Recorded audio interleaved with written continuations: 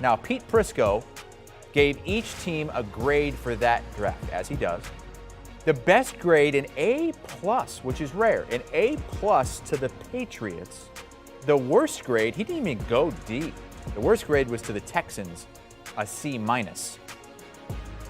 So we welcome you to Revisionist History with Mr. Hindsight, Pete Prisco. And Pete, let's start with those Patriots who used their top pick on your Sun Devil, N'Keal Harry. Why did you give them an A+ to begin with, and what would that grade be now? Well, it wasn't because of N'Keal Harry, because having watched him his entire career, I didn't love him as a wide receiver. I don't think he ran that well, and that's played out. But I thought the rest of their draft was going to be outstanding. I particularly liked cornerback Joejuan Williams in the second round, and he hasn't worked out at all. And the rest of the draft, on and on it goes. Bad draft. The only projected starters from the 10 picks that they had are running back Damian Harris, and we know he's going to get pushed a little bit, and the punter, Jake Bailey. Oh boy. So it's now an F. I mean, it's a terrible grade. And you know what? Me and Bill Belichick, two football geniuses, both missed on that draft. So we got something in common. There you go, Pete. How about the Baltimore Ravens, who drafted Hollywood Brown and recently traded him? You gave their haul a B+, but of the 8 picks that they had, are any of them going to be starters this upcoming season for the Ravens?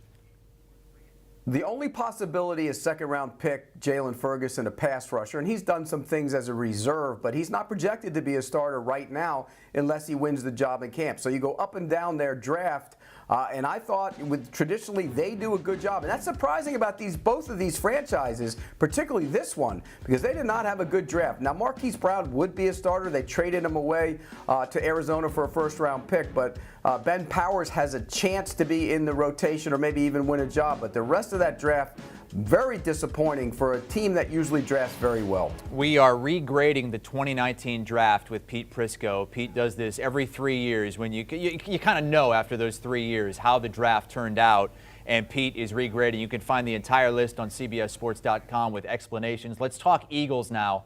Andre Dillard went in the first round, J.J. Arcega-Whiteside in the second round. You gave them a B- originally, and you are downgrading them to a D, yet you say in the article, Pete, I nailed this one. How did you nail it if the grade is so much different? Well, I nailed it in terms of the players that I didn't think would be productive, and a couple of the big ones. Andre Dillard was a major disappointment. He can't even start on his own team and was a high draft pick. That's a bad miss.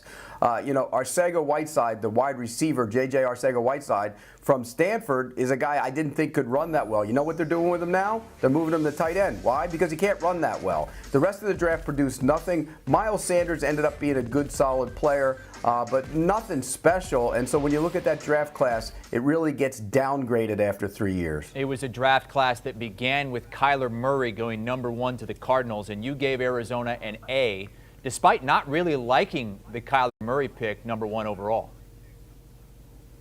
Yeah, I didn't love the pick. I had to see more from him. I was concerned about his height. It's played out that he's been very good for the Cardinals. Not great. And by the way, he has to show people that he can stay on the field late in games, or at least stay productive late in games. He's been banged up late in the season. He's been banged up a little bit throughout the season, and that was one of my major concerns with him, is the fact that late in the season he's kind of wilted. And so can he stay healthy through an entire season? Yes, he's their franchise quarterback. Is he great? No. Has the potential to be really good? Yes. So I did like that. I didn't love that pick. I liked it. I would have probably taken Nick Bosa. But the rest of that draft, look, Byron Murphy's a solid corner. Andy Isabella has been a major disappointment. I thought he'd be a speed asset for the offense. Zach Allen's a good player.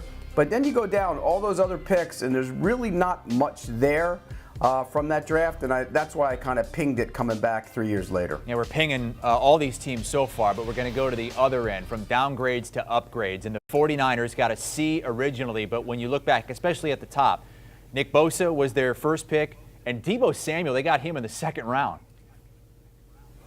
Yeah, that was actually a great draft for them from a 1-2 standpoint. You got to hit your marquee draft picks. I mean, if you miss those guys, you have major problems. They nailed Nick Bosa. He's a star. And then you come back and you get Deebo Samuel. Now, they did miss on Jalen Hurd, another receiver they picked in that draft in the 3rd round. He's a miss. The punter is a solid punter. Dre Greenlaw in the 5th round is a steal for them. So I think when you look at it from that standpoint, you get 1, 2, 3 starters, 4 if you count the punter, and 2 of those guys are absolutely superstars. So that's really good drafted by the 49ers. Okay, we're going to move on to the LA Rams. And big surprise, they did not have a first-round pick in this draft class, and draft just hasn't been a big factor for them. They didn't need the draft picks to win the championship this past season. They've done it in trades. When you go back and look at that class, you originally gave them a B. What do you think?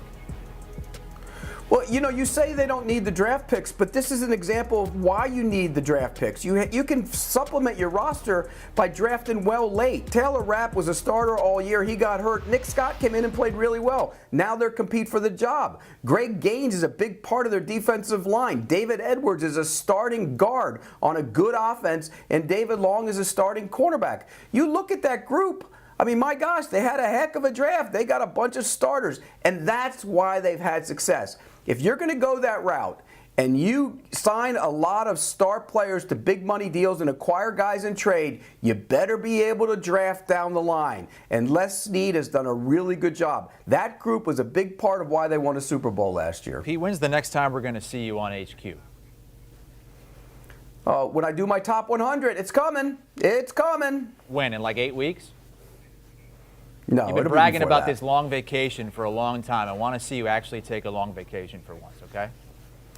You miss me, though, Chris. When you I see do. me, I'm just looking out for you. You miss me. Pete, go out and get a package going tonight. We want to see that. Get into that. No. Petey package. By the way, that's when Pete drinks some alcohol. You can't say that on Yeah, camera.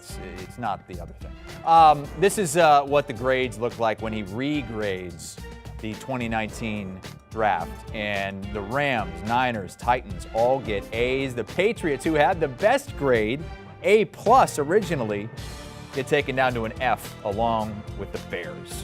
Do you want a sports network that delivers everything that matters about the game? The highlights, the picks, the instant analysis, no yelling, no fake debates, no politics. Hit the subscribe button and never miss a moment.